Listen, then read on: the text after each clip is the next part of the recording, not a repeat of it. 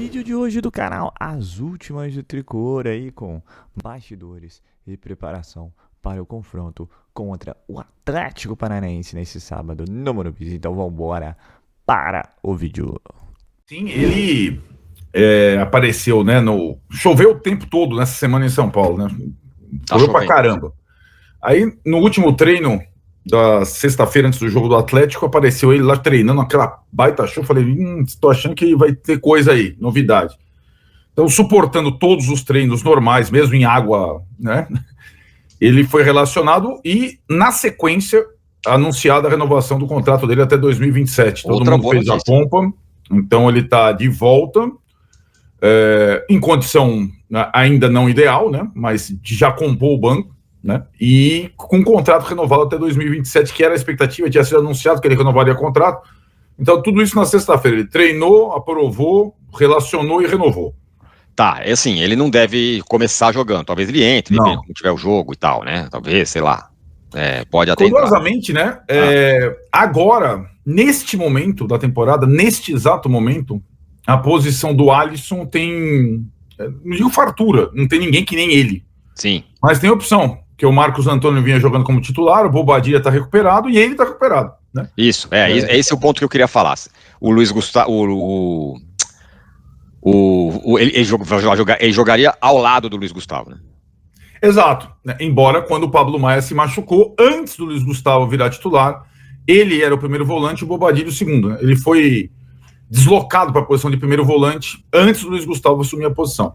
Então, mas agora ele assumiu, né? Essa é a coisa, né? Isso que eu quero dizer. Agora ele tem um primeiro volante, eles podem jogar juntos. Essa, assim, enquanto o Pablo Maia não voltar, enfim, vamos ver como é que ele vai voltar. Mas é uma ótima notícia para o São Paulo essa, a volta do Alisson e a renovação dele até 2027. Isso. Bom, para o time que vai enfrentar o Atlético Paranaense, as coisas estão mais calmas no São Paulo. Acho que a Libertadores agora, se não acontecer nada completamente fora do normal, o São Paulo vai para a Libertadores. A questão é vaga direta ou pré-Libertadores. E tem outro cara que virou titular também, mas tem uma dúvida. No lugar de quem? Sabino titular. Isso. Vamos lembrar, né? No último jogo contra o Bahia, o Arboleda entrou no meio do jogo e acertou tudo. Tudo que ele tinha errado lá no jogo que o São Paulo perdeu, que ele deu aquela furada, ele acertou no jogo contra o Bahia. Você acha que vão os três? Aliás, vão os dois? Vão ele e o Arboleda, e ele como lateral? Porque o Jamal... Não, então, Tironi, o Arboleda tá fora do jogo. Ah, é verdade. Assim como o Wellington. O Arboleda sentiu uma pancada na panturrilha. Então... Oi? Então e já o Wellington mais fácil de entender. Machucado. Mas o Jamal não passou confiança. É possível que jogue o Sabino de lateral e o Juan ou o Ferrarese como zagueiro. Zagueiro São Paulo tem. É verdade. A questão é saber se o Zubeldia prefere dar mais uma chance ao Jamal agora no Morumbi, mas ele mostrou muita insegurança no último jogo, ou se ele vai para a formação mais do segundo tempo lá contra o Bahia, que é o Sabino improvisado na lateral e um zagueiro ao lado do Alan Franco, né? E sem o Arboleda seria ou o Juan ou o Ferrarese. Tem zagueiro. Zagueiro tem. Entendi. O Sabino vai entrar, não se sabe em que posição. O Sabino hoje pode ser considerado titular do time. Ele ganhou a posição, né? Agora, embora ele tenha falado para o meu colega Eder Traschini, ele teve que engolir as palavras. Não jogaria na lateral, em princípio, para acender a vela para o Wellington. Como o Wellington não se recuperou, é possível que ele vá de lateral. Olha lá, Ronaldão. Você gostou dele de lateral no outro jogo? Eu não gostei, para falar a verdade. Melhor que o Jamal. Não, sim. Mas não foi tranquilo pra mim. Não, porque ele não é lateral, ele não tem nem cacoete. Mas o Jamal, olha, o cara não foi nada bem. Não foi nada bem. Muito bem, tem mais coisas nesse vídeo, né, aqui, não sai. Que o Gabriel só trouxe 22 mil, mais de 22 mil ingressos vendidos, só para trazer a informação. Excelente, então, tá aí a informação que o Sá trouxe, o Boni reforça aqui, 22 mil vendidos, não é um grande público, mas aqui, Fabiano, acho que a gente tem que colocar alguns aspectos, né? É um jogo 9 da noite, no sábado, São Paulo tá um caos ultimamente, chuva, tempo frio, enfim, não é um jogo muito atrativo, e acho que o último que pode ser cobrado nessa temporada é o torcedor, né? A maior média de público da história, 40 mil todo jogo, 50 mil, 60 mil, enfim, eu acho que não dá para cobrar o torcedor. Claro que é muito legal, quanto mais a gente puder ir ao jogo, bacana, mas não é tão simples assim, né? Eu não sei quanto tá em média o ingresso, se tá mais caro ou mais barato, mas é um momento da temporada também que, embora o São Paulo tenha ganhado um jogo, esteja numa disputa de Copa Libertadores, no duro não tá valendo mais muita coisa. São Paulo não vai se mover muito da posição onde ele está. Eu estarei lá no Morumbi, como na maioria das ocasiões, mas eu compreendo aquele torcedor que não vai nessa ocasião, porque o contexto não é o dos mais favoráveis, né? Chuva, deve chover amanhã, jogo muito tarde, 9 da noite, num sábado, enfim, não ajuda muito, né, nesse sentido. Até o Edson diz aqui, eu já comprei, mas se tiver um temporal, vou pensar muito. É isso. Tendência é que chova amanhã à noite, horário ruim, ingresso caro, tudo isso conta, cara, tudo isso conta para que a gente não tenha um grande público. A informação de 22 mil, acho que a gente deve ter algo na casa de uns 30, 32, se tiver isso, cara, é excelente. No sábado, 9 da noite, um jogo São Paulo e Atlético Paranaense, não é um jogo de grande apelo também, você ter aí um público de mais de 30 mil pessoas, acho que é muito bom, e de fato há bastante tempo São Paulo não joga no Morumbi. Aqui o Gabriel Ilian diz, tu tem que ter tem que ser muito bom de lábia para convencer a esposa que vai assistir São Paulo e Atlético Paranaense num sábado de chuva. Leva ela junto, já são 2. Já ajuda a encher um pouco mais o estádio. Guilherme disse que estará no... É uma obviedade nessa situação que os resultados e a virtual classificação para Libertadores ou para a pré impuseram. Antes era assim, se não for jogar, agora tem 8 pontos de diferença com o 7, faltando 6 rodadas, né? Então, e dos clubes todos lá, desses envolvidos no calendário, o São Paulo como vocês lembraram, que quer fazer a pré-temporada nos Estados Unidos, ter o estadual tal, que vai economizar, que precisa planejar e enxugar o elenco e tal, não sei o quê. Quando é que o São Paulo volta dos Estados Unidos, não? Seria dia 15, né? Não dá mais. Não dá mais. Não sei, então, essa situação toda, a reunião na CBF hoje, a definição do calendário, o sorteio do Paulistão, início do Paulistão, provavelmente São Paulo, Atlético, Cruzeiro, tem que desistir. Não dá para saber nem o time pré-temporada dos Estados Unidos ainda, né? A pré-temporada é disputar a antiga Florida Cup, não é isso? Que mudou de nome e tal. Exato. Então o São Paulo tem compromisso lá. Tem jogo, já tem vendido ingresso, tá vendendo ingresso. Vai dar confusão, né? O São Paulo e Cruzeiro, Atlético e não sei quem, já tem os jogos compromissados de Atlético, São Paulo e Cruzeiro. Só uma coisa, Arnaldo, eu acho que a diretoria e a cobrança tem que ser para evitar agora a pré-Libertadores, porque imagina você ter que ir para Bolívia num caos desse, aí numa pré-Libertadores. Só que evitar, isso aí tá sendo feito desde o início, só que, cara, faltam 6 rodadas. Agora ficou maior, né? Agravou a situação. Agora a questão, nessa entrevista aí, tem uma parte muito interessante do GE, que o Belmonte disse que explicou o Paulistão para o Zubeldia, que o Zubeldia falou qual que é a importância desse torneio que não existe em outros lugares. Vou ler para vocês aqui, porque é uma prova que essa direção do São Paulo, ela não faz opção, ela não larga nada, né? Ela quer ganhar tudo, inclusive Paulistinha, como foi lá com o Crespo. Aí ele larga, a direção larga o treinador, né? Eu vou pegar aqui, ó lá. Eu achei interessante aqui nas entrelinhas a questão do Paulistão. Vamos ver. Peraí. Lembrando, né, que o Zubeldia tem, segundo o Belmonte nessa entrevista, falado sobre os reforços, ou sobre a reformulação, ou sobre o ajuste, sabendo do orçamento e tudo mais, e que, na verdade, essa situação é para o Zubeldia ele saber com que força ele entra na temporada. Se é um campeonato só para, né, digamos, marcar presença, ou se é para ganhar, né?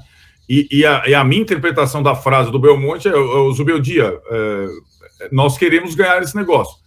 Ele fala o seguinte, que o campeonato, disse ao Zubeldia que o Campeonato Paulista é aquele que quem faz a melhor campanha define sempre em casa até o final, e que normalmente é campeão. E foi assim com o nosso primeiro Paulistão com o Crespo. Ou seja, faça a melhor campanha e termine em primeiro. No sonho mas faça a melhor queremos campanha na seguinte, e jogue a Florida Cup, e tenha 0 dia de pré-temporada, e ganhe a vaga na Libertadores. Os caras, né? É quase uma... Aí faça um time melhor, com menos gente, menos orçamento. Não, mas peraí, também... E os caras queriam trocar o treinador. É uma coisa maravilhosa. Mas peraí, só vou dar aqui uma de advogado do diabo. Primeiro eu vou falar o que a Helena Matos manda aqui. Se o Belmonte falou isso, aí vai embora. Porque ele falou que o Caio Paulista ia ficar e o Caio Paulista foi embora. Teve isso, né? Ele falou na premiação, não, vai ficar, e não ficou. Mas eu vou fazer uma de advogado do Belmonte aqui. Ninguém vai entrar no campeonato para perder. Não é isso. Mas é assim, Belmonte, eu tenho a Florida Cup, não tenho X dias de pré-temporada, eu tenho o Paulistão. O que você quer que eu faça com os meus principais jogadores? Nós vamos jogar com o time titular no início do campeonato ou você segura a bronca que a gente vai jogar com o time reserva? Entendeu? Isso é necessário. Que o cara mapeie o treinador. Claro que é necessário, mas na hora que encarar o Corinthians, na hora que encarar o Corinthians, pode ter jogado 100 vezes no ano, se perder é pressão, é o que aconteceu com o Palmeiras agora. Depende, se perder com os titulares é pressão, se perder com o expressinho não é pressão. Não, mas aí eu já tenho dúvidas, porque eu acho que, entendeu, eu sou 100% a favor do Zubeldia, o cara tem que ficar, mas o São Paulo não vai disputar o ano 2025 para, olha, vamos ficar aqui em 10º, que tá ótimo. A questão é a seguinte, você, com o calendário novo agora sendo estabelecido, como você vai iniciar a temporada? Porque o Crespo, por isso que eu lembrei do Crespo, os caras chegaram, o Paulistão é a nossa Copa do Mundo, nós não vamos dar as férias e queremos que você ganhe esse negócio. Ganhou, estourou todo mundo. 2 meses depois mandaram o cara embora, não foi isso? Não, foi isso. Você não entende bem o calendário. Eu sei disso, mas o que eu quero dizer é o seguinte, isso não é uma prerrogativa do São Paulo. Olha, o São Paulo maltrata o seu técnico e manda embora. Se o Abel começar a perder de todo mundo no Campeonato Paulista, eu duvido que ele fique. Não é isso que eu tô falando. O que eu tô falando é que uma direção de futebol, ela tem que entender que nesse calendário brasileiro, com estadual, Libertadores, o São Paulo vai disputar. Copa do Brasil, o São Paulo vai disputar. Não é que nem o Corinthians que não sabe. Série A, o São Paulo vai disputar. Onde estarão os esforços principais, sendo que o elenco vai ser reduzido e vai ser enxugado. É só isso. O São Paulo, todo mundo vai disputar isso. O São Paulo vai disputar todas. E talvez dispute a pré, como disse o Bessoni. O clube garantido em todas, fora o Mundial, que aí é o Palmeiras, é o São Paulo, né? Então, ele já mandou o dirigente não quer um bom estadual, ele já quer que seja o melhor classificação da primeira fase. Esse é o ponto, né? Pois é o que nós estamos falando. Né? Não, eu entendo, eu acho que a frase ela é correta para o campeonato. Geralmente, o Abel também fala isso, quem termina em primeiro tem grande chance de ser campeão, pelas vantagens dos mandos. Esse é o tipo do campeonato. E aí, como vocês estão falando, com 6, 7 times da Série A, né, aquela coisa toda tal. A minha questão aqui é essa situação que fica... Aí o treinador, a gente não vai tirar o pé de nenhuma coisa. Aí o treinador decide. É que nem a situação de priorizar ou não o Brasileirão em relação às Copas, que você sempre fala. Opa, não, eu quero a Libertadores e a Copa do Brasil, mas eu quero o Brasileiro também. E o Zubeldia conseguiu lidar com isso no Brasileiro. O São Paulo tem no Brasileiro, agora faltam 6 jogos, a mesma campanha, o mesmo desempenho que tinha no primeiro turno, sendo que no segundo turno jogou 6 partidas com o time reserva. Ele conseguiu lidar até agora com isso. Boa parte do tempo, agora, principalmente na rádio, a gente tá lá para falar sério, porque, cara, futebol, por mais que seja entretenimento, tem muita coisa importante envolvida. Há aproximadamente 2 anos, o Carlos Belmonte deu uma entrevista lá na Rádio Bandeirantes, para mim, pro Capriotti e pro Pretzel, lá no Esporte Debate, que é o programa que a gente faz à noite na rádio. Excelente, o melhor programa à noite do Dial Mundial. E aí, cara, o que aconteceu? O Belmonte foi uma entrevista assim, por mais que nós fizéssemos a crítica em cima dele, a gente não vai se esconder. Não, quando tá no ar, o cara não tá no ar com a gente mete pau, quando o cara tá no ar, a gente passa o pano. Não, eu me posicionei, falei que eu não achava correto. Por exemplo, eu não sou setorista do São Paulo, mas eu já vi, e li e ouvi de vários setoristas do São Paulo que o Carlos Belmonte não poderia ocupar o cargo que ele ocupa. E a minha primeira pergunta foi essa. E eu acho que um bom repórter, um bom perguntador, tem que fazer pergunta que tira o entrevistado da zona de conforto. E eu comecei a perceber que dirigente que é contrariado, dirigente que recebe pergunta que muitas vezes não sabe como responder, não gosta de falar. A entrevista foi muito boa, muito boa. E o Carlos Belmonte falou que sempre estaria à disposição para conversar conosco. Show!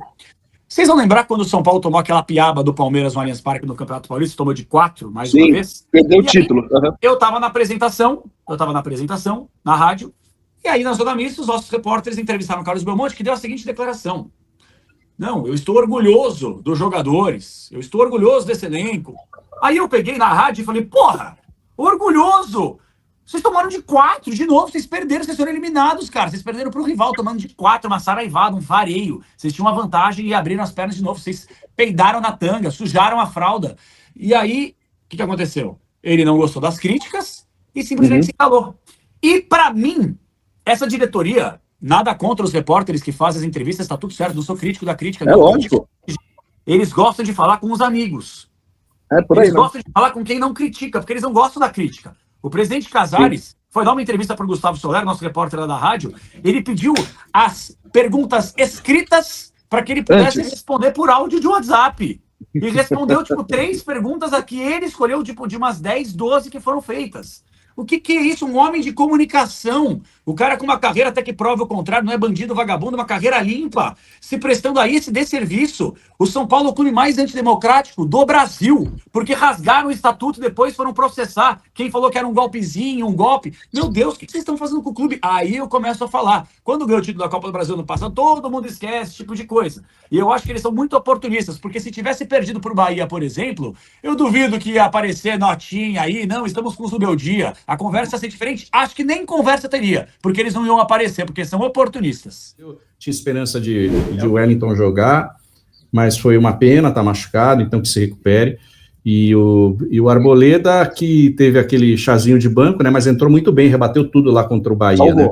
Salvou porque a zaga esse é um jogo que o São Paulo precisa sair com os 3 pontos, né? Daqui a pouco já começou aqui o jogo do Internacional e o São Paulo tem que ter o foco na vaga direta. Mas para isso, eu acho que a ambição do G4 tem que continuar acesa até o final do ano, e o São Paulo, de fato, terminar o ano bem, sabe? Terminar o ano como o melhor mesmo brasileiro dos últimos anos, para olhar para trás e enxergar uma temporada positiva. Não como a gente queríamos um título, mas o São Paulo competiu com esses elencos muito mais caros, foi derrotado ali na conta realmente do chá por Atlético e por Botafogo.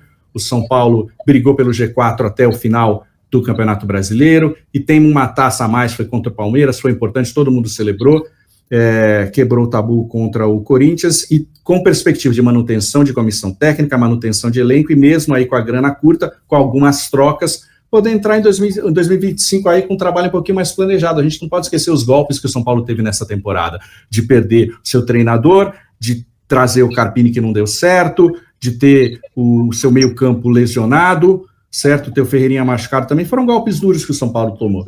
Então, eu acho que terminar o ano com uma perspectiva positiva, de time competitivo, disputar a fase de grupos da Libertadores de novo, é aí que o São Paulo tem que sempre estar, a gente pode ir para o Natal com um pouquinho de otimismo e poder voltar logo com temporada da Flórida e tal, e sabe-se lá com que calendário, porque eu já também nem sei o que vai acontecer.